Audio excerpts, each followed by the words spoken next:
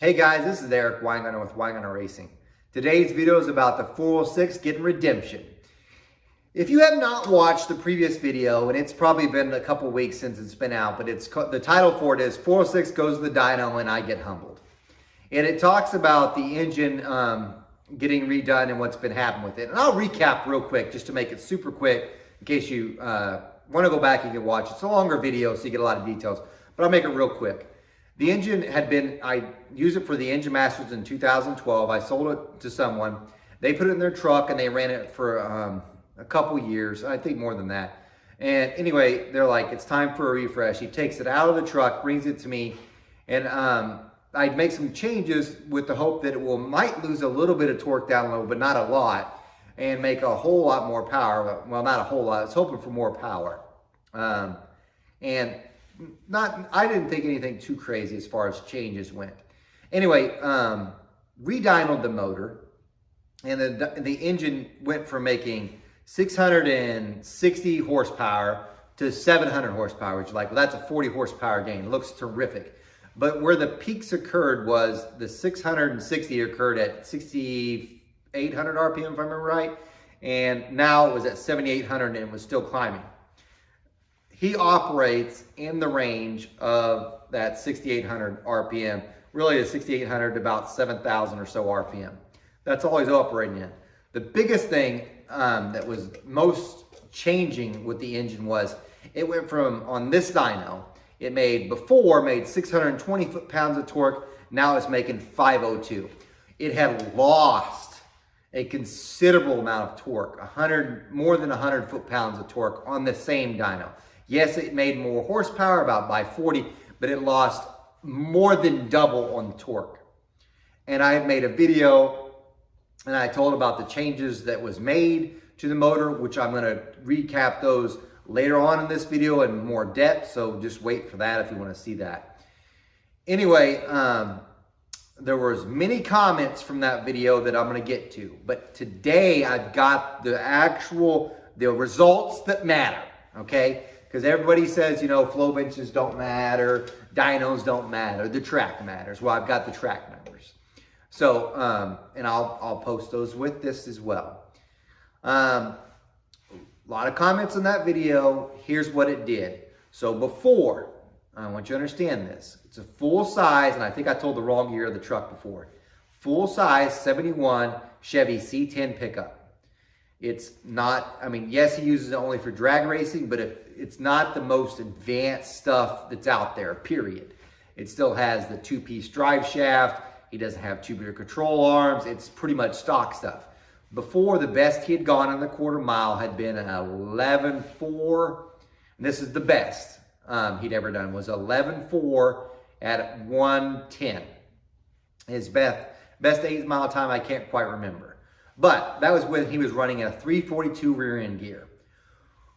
Before the engine came out, for me to be freshened up, he'd changed to a 410 gear and it went slower. So he'd put a 410 gear in it, and the numbers are the ones I'm about to show you. So I'm going to show you those numbers.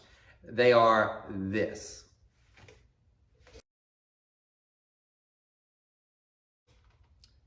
So as you can see, when he put the 410 gears in, the truck slowed down. He went from running 11.4 to 11.6, so it lost 2/10 with the steeper gear. That he definitely lost time there. But remember, his best time he had ever run was 11.4. He had never been into the 6s and the 8s, never. The engine went to the dyno, everything I just described. He didn't change the torque converter. He was going to, but Neil Chance didn't want to touch that torque converter because it was a TCI. And he said we don't restall those because they don't have good parts in them. So it's the exact same torque converter, didn't change the gears. Nothing on the truck changed besides the engine was refreshing, showed you the dyno stuff, put back in, and this is what it did. Now, if you look at those numbers, you're going to notice it changed a lot, and quite a lot. If you look at just the mile an hour from the quarter mile, he gained 9 miles an hour. He gained a considerable amount in the 8th as well. He's now in the 10s. So if you take that, by the way, that 410s that were in there as far as his rear end gears, 11.6s, right? Remember, his best one's ever 11.4. Even if he'd run 11.4, that's his best time ever. He just went a half second faster now. And remember, the only thing that's changed is really it gained 7/10 from what it was before. Nothing else changed. 7/10 just switching it. And I know you're asking yourself, well, wait a minute. Did he change his shift points? Ah, he did. He used to shift at 68. Now he shifts at 72. Now, by the way, you might say, where did he come up with that? He just tried it and it ran good, so he kept running it that way. I'm sure in the future he's going to try a 7,001, and maybe if he gets bold, he'll try a 7,501. I told him, if it's running good that way, just keep it that way. If you want to back it down, you can. You know you've always got more now if you want to. The truck is faster. So I am more leaning now towards there was something extremely wrong with the dyno at the time. The reason why I say that is because it seems a little unfathomable to me that you would lose 110 foot-pounds of torque, and this truck weighs about 3,800 pounds. Now, full-size pickups, the Chevy C10s, they're heavy anyway. And he stripped a lot out, but then he added the cage, so it's about 3,800 to 3,900 pounds. It's not light. So if you remove 110 foot-pounds of torque, it seems unfathomable to me that you would run almost a half second faster and 9 miles an hour faster in the quarter. And you're faster in the eighth. Your 60-foot times are better than what it was before. But I will say this. He has had better 60-foot times before. He had his best pass, I told you before, when he ran 11.4, he had a 1:49 60-foot time. He might be able to get that back, and then his time will drop off even more. Remember, this is the first time he's taken it to the track with this combination like it is now. So the point being is, it gained. It didn't lose. So I'm more leaning towards it. Something happened with the dyno that caused it not to read right, because nothing else really makes sense. I can't see a scenario where you could lose 110 foot-pounds of torque and it go faster, even if you gained 40 horsepower. Because even if you look at the dyno chart, and I'm going to try to put them both up here. So look for it somewhere in the video. You're going to see that even in this operating range going to 7,200, it's only at 7,000 and up, it actually makes more power than what it did before. Yeah, that's right. So you look at the two dyno charts, same dyno, you'll say, well, the other, before it ever got worked on, he was making more power all the way to 7,000. This one's only really better to 7,000 and beyond. You're right. If you look at the sheets, it sure says that, but that is not what the drag strip shows, period. Now, I don't want people to be watching this video and thinking, you know what I need to do? I need to kill some torque, because that's going to make it faster. I don't think this is what happened. I really think something was acting up in the dyno, and it caused the numbers to be skewed. And because of that, it's hard to judge that. And I don't blame the dyno. Maybe something just happened by accident. Computers do all kinds of weird stuff. It's hard to say. But you can't deny the times. And before someone says, well, the weather's pretty nice now. Yes, but the last time he also ran was in weather that's similar to this. It was just in the fall, a year or more ago. So there's that. But now let's talk about some of the comments, because I've been dying. And I'll go through as many as I can, but I'll go through the majority. The majority said, you know what, stop worrying about the dyno numbers, put it on the track. You, sirs, and maybe a female, were correct. And honestly, that's what happened. I so wanted to put it back on the dyno, and I'm kind of glad now that I didn't. I almost ordered another cam, thinking that this one wasn't the right one for it, which we'll get to the camshaft in a minute. Clearly, that's not right. Seemed like it worked out pretty good. I'm glad I didn't. So by chance of not doing it, it's faster. So that guy, for those that said that, and there were several, you're right. I'm glad we did it and tested it. Better that way. The other comments most often heard were, the cam's too big, which we'll get to in a minute. The heads are too big. The intake's too big. Mostly it was, that cam's ridiculously big, and the heads are too big. I'm going to go through each one of these because I've just been waiting. By the way, I don't want you to think oh my gosh, this guy is the most arrogant guy. No, I will happily admit when I made a mistake. I wouldn't happily, I'll admit when I made mistakes. Clearly, I have no problem with that. I just couldn't see this one, because if you look at all the data I had from all the 406s, When you make small changes like this, or even a change like that, you just don't see that result on the dyno. You just don't. So for this one to be so far out in left field, I didn't have an explanation, which really made me think it must be the dyno or something, because none of the other stuff made any sense to cause it to do that. And for those that are still wondering, what are you talking about?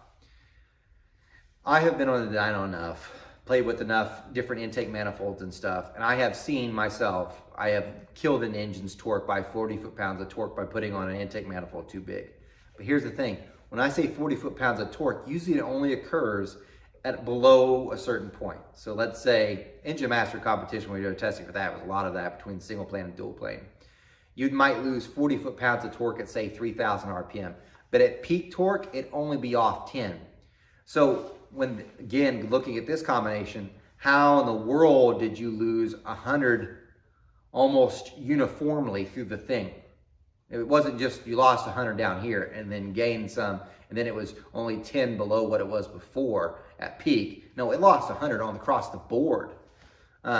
That's really, really uncommon. 100 foot-pounds of torque, if you ever saw that in a dyno, you would think there's a spark plug wire off. I mean, that's a huge, huge loss, or something's wrong. By the way, and some people said, you need to tear down the engine, make sure everything's fine. Did leak down test, everything was fine. Pulled off the filter, cut it open, everything was fine. Rechecked, and by the way, I went out of my way to go check this. Rechecked the cam timing, thinking, man, did I get this thing too far retarded? I don't think I did, because I checked, like I said, 3 times and looked at the opening and closing points. Nope, it's what it should have been. Matter of fact, it was actually a little bit less, which we'll get to the cam part in a minute. But anyway, none of that gave any signs that would say, this is 100 foot-pound torque loss and 40 horsepower gain. None of it.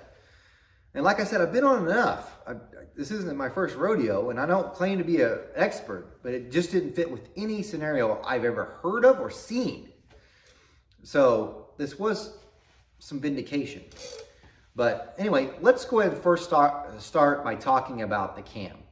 I'm going to show you real quick, because several people didn't watch the whole video, and they said, you should get that cam doctored. If you'd watched the video, you would have saw I did on both before cam and after cam. I'm going to show you those right now.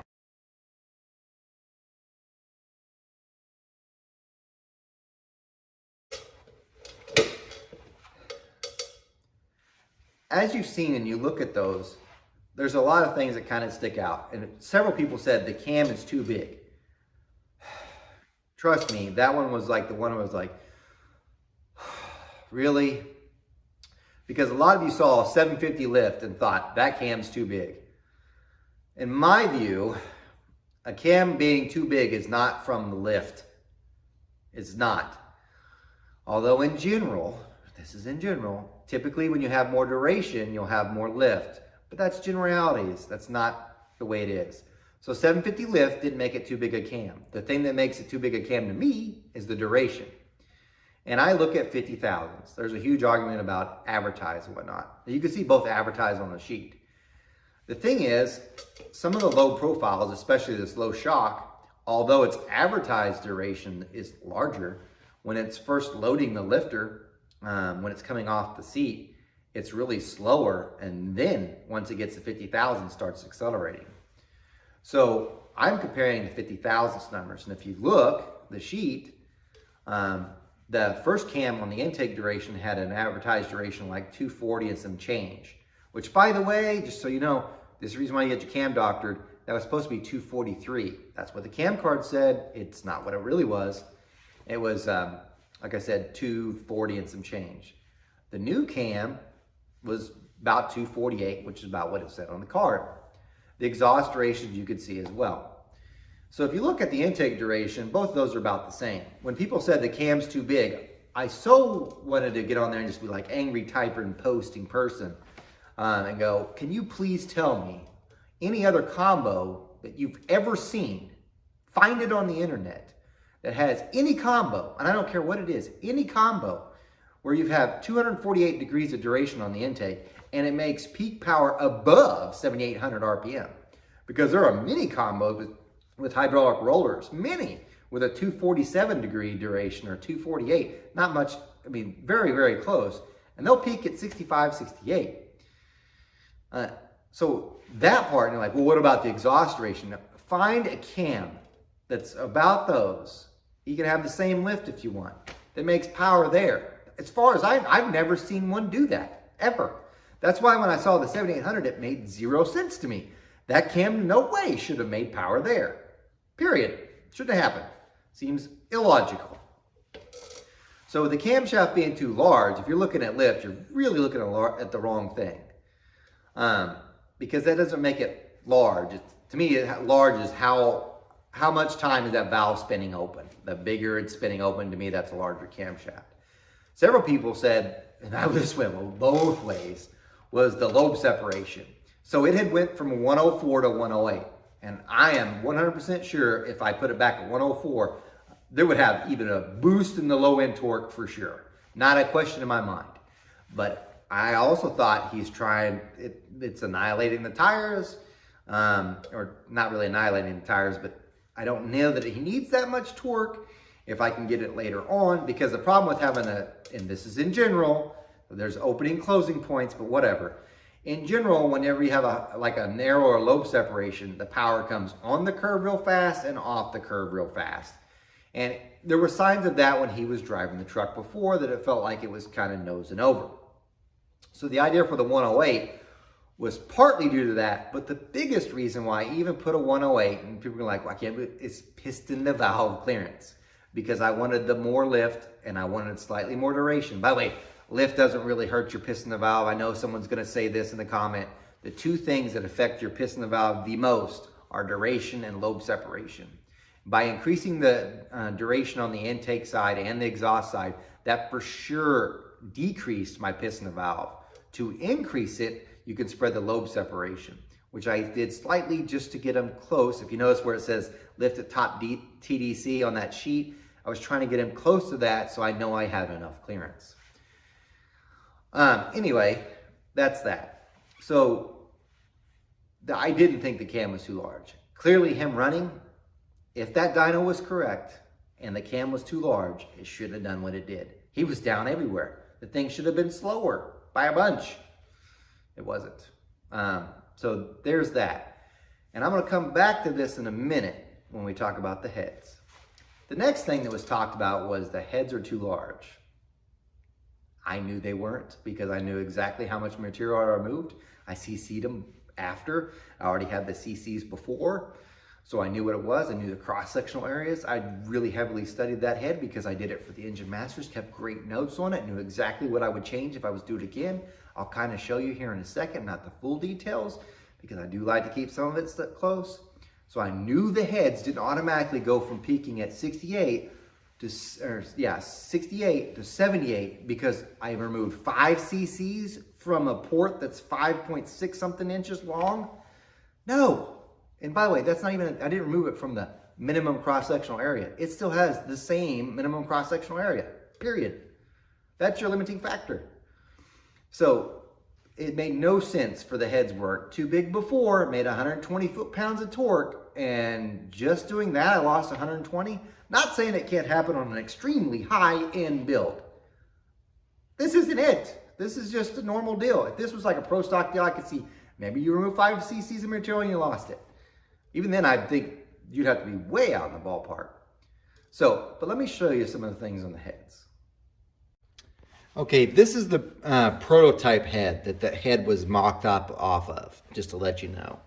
In other words, this was the first set. I actually had it digitized and then it was cut. So just to kind of give you an idea, this is a Brodix 10XRI head. This is a special casting because it's so far raised up. It's more raised up than any other casting I'm aware of that's out there. Maybe the exception with the All Pro. I don't want to say that. The All Pro is probably higher. Anyway, this is, you see this port right here? This one is the one that was exactly how the port was before, with some very, very minor changes. This is the one that got digitized. I did make some changes from after it got digitized before it went on the Engine Master engine. It got ran. Very small changes, but they did make a big difference. This is the same port that was run. Okay, that's it. And I'm going to show you what's changed. The minimum cross section, by the way, it looks like a big old fat port. I'm about to show you how much it's not. The minimum cross section is right here. It looks really wide because it is really wide. Because in my development, I was trying two different things. I called it a fat boy and little man, kind of like the nuclear bombs. Because one I made really, really wide and short. The other one I made really, really tall and narrow. This one was better. So, what was changed in the head? Let's deal with the short side. This is literally pretty close, and I exaggerated this. This is how the short side was before. To keep this height the same, I had it come straight in, and there was a small bulge here, but it made the short side taller, and this is really exaggerated. But the short side was very stood up, very straight. It created a lot of high velocity here, although it never backed up. So the whole port was very, very short. If you looked at it from this side, so this being the valve where it would sit, it would come in this wall straight. It didn't start hooking till almost right at the short side, which was like, this sounds ridiculous. The idea was to keep the velocity really fast in the port, and hopefully the short side being as long as it was, it could maintain the speeds and did, and not back up and flow, which it did. Now the speeds over the short side were pretty quick, but if you looked at, it never really lost flow, but it never gained flow after 600 lift. So anyway, that's how it was. This is how it got changed. The short side became more of a gradual turn, just like this. In other words, I took that and said, you know what, I don't need that peak. That's really too peaky, and it's gonna just knock it off just like so. And that's what it was, turned into this. Now, the biggest shape change was actually, which I won't share with you, is how the shape of the short side is if you were to look straight onto it. In other words, if I look up into the valve, so looking from this way, this would look different. Or if you look this way, the short side area itself would look different. I also changed it from this hooking right here, very close to the end, to more of a gradual one. But from this point to this point, didn't change. So in other words, I'm looking at the port, till about here, nothing changed. This here to here, nothing changed. Here, did. That's it. How many cc's were gained? 5 cc's. Now, several of you are thinking that port's too big. Watch this. Modeling clay. What I did was I shoved it in this port. Okay, see it?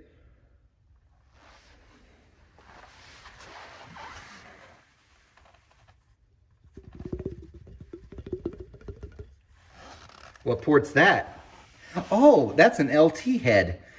Yeah, that's an LT head for the 6.2 liters. That's what actually came off of LS engines. Much bigger. And that's for a smaller cubic inch engine. Now, to further up my point of this, you see this port here, this is the one next to it. This is the much bigger one. Not only is it's just as wide, and it's just as tall. Why did I do that? Because in 2009, I was still developing this head. And you're like, what do you mean you were still developing it? This didn't come to fruition until 2012. There was a huge delay getting someone to digitize it, to get it cut. That worked out in a way because they ended up changing the whole port design.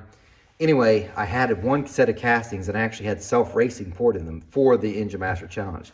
Yes, I hated that I had to outsource it, but there was no way I could have made the deadline for the Engine Masters because the prototype wasn't done and they hadn't cut it at all. There was no way to make it. I spent a ton of money, like a lot of money, to have them port that heads way back in 2009. When I got them back, they were this size. Here are the pictures of that.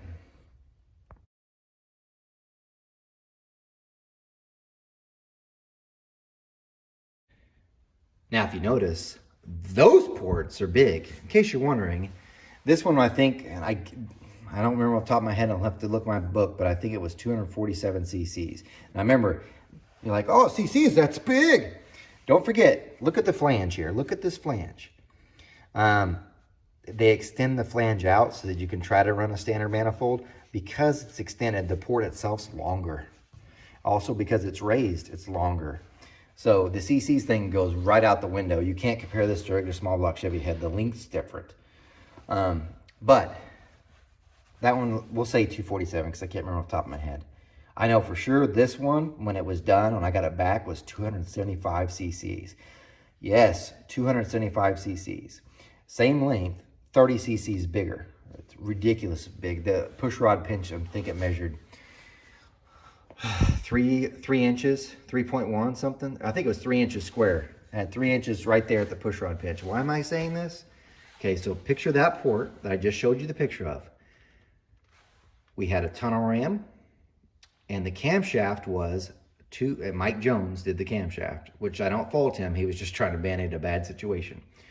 It was a 252, 256. So it's got more duration than the one I'd ran in this 406 that I just showed that made 110 foot-pounds loss. So it had 774 lift on intake and like 710 on exhaust. It did the following. And I'm gonna hopefully I could show the video, or the hopefully I can show the video and the dyno chart of this. So if it's not in here, then I'm sorry because I couldn't find it. But let's look at that. If you noticed, that one made like, more than 501 foot-pounds of torque. So when I went back to saying, hey, the heads are not too large, I meant it because that is so much larger than that. It had a much larger camshaft duration-wise by at least 4 degrees on the intake and about the same on the exhaust. It was on a 106 though, had more lift, but way larger port, and made more torque than the smaller port with the smaller camshaft duration. That's why I said it didn't make any sense. So there's that. Now the last thing, and this one comment was probably the most correct, which could have been if it was off and it wasn't for the dyno, was the intake manifold. I'm gonna show you a picture of the old intake manifold first. If you look at the new intake that old intake manifold, you'd see I put a ton of epoxy in there. It was a nice clover leaf. Everything was sized correctly. I had built up a turtle on the bottom. Really, really nice intake manifold. Much smaller, matched to that. It was extremely smaller in every way. Plenum volume, everything. That was probably the biggest difference on the engine before from after. You might say, why did you not run it anymore? Because the epoxy was coming out.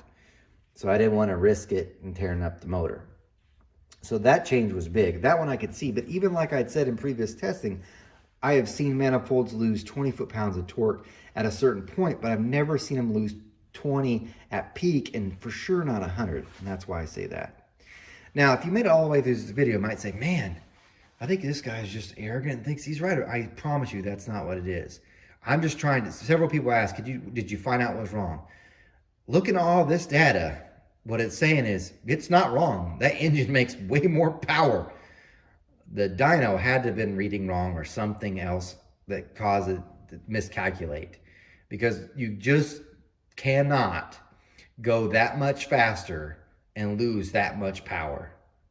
So there's your answer. I probably came off sounding like a prick in this thing, but if you had more than 400 comments, and most of them where you're picking the wrong camshaft, by the way, the lobe separation, someone said to widen it. If I wanted to kill more torque, I would have done that. I know you guys, some of you are just meaning with the best intentions when you put down comments. And I know that. And I really do appreciate all the comments, but I do want to follow up with you and explain why I just could not see it being certain things and why it made zero sense, because it followed zero logic. I want to appreciate all my fans. I do appreciate you sticking around, because of a lot of the comments, probably more than any of the rest, were, man, don't worry about it, don't beat yourself up. It's just one fluke. And it turns out it wasn't. It was just a good engine that the dyno read wrong or something. I would rather it look like a piece of junk on the dyno and go faster at the track. I would. So again, thanks for the fans that stuck around.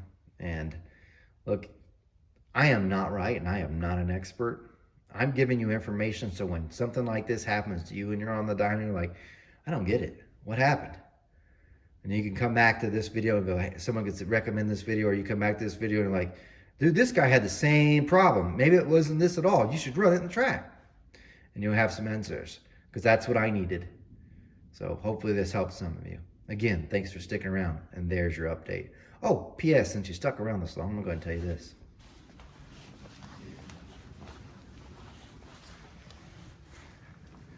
The guy that's working for me, he works 1 day a week. I'd like to hire him for more, but he's got a full-time job. This is his dirt track engine. This is a factory stock. He'll be running on a 2-barrel. If I can get the carburetor back from Mark White here, we're going to try dyno on this one. This is not, I mean, it's different. Some of you will find this totally disgusting. But to give you an idea, these are their rules. You have to run like a cast steel crankshaft, 4 valve relief flat top pistons. It's got to be a hydraulic flat tappet camshaft. They've got 2 different rules about the vacuum rule, which is really weird. One says you have to pull 15 inches, then you can run a different rev limiter. The other one says, no, you don't have to pull vacuum, but you have to run this rev limiter. It's got less than 500 lift in the cam. I actually spec this one. This is back when he was going to run the vacuum rule, so pull vacuum. The downside is I don't think it's going to make much power. But hopefully we can get this on the dyno soon and see what it does. It's got those. This is the EQ IMCA heads, by the way. I did not do anything but a valve job to them. Someone else had done some work with them, but I hadn't. I know what they flow on. I'm not going to share that because I didn't do the work. I'm kind of curious to see what it does. This does have that Performer EPS manifold. Now, I did not cut out the center divider or anything like that either. So I'm curious to see what this one makes. This will be interesting. The 2-barrel stuff's kind of different. So anyway, hopefully we'll get to see this one in the next few weeks or so. But you guys, thank you so much for every kind comment you've said.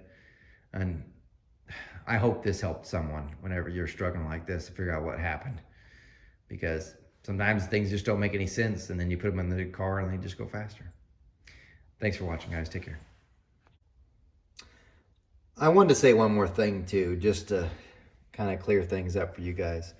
I don't think any of you don't know what you're talking about or anything like that.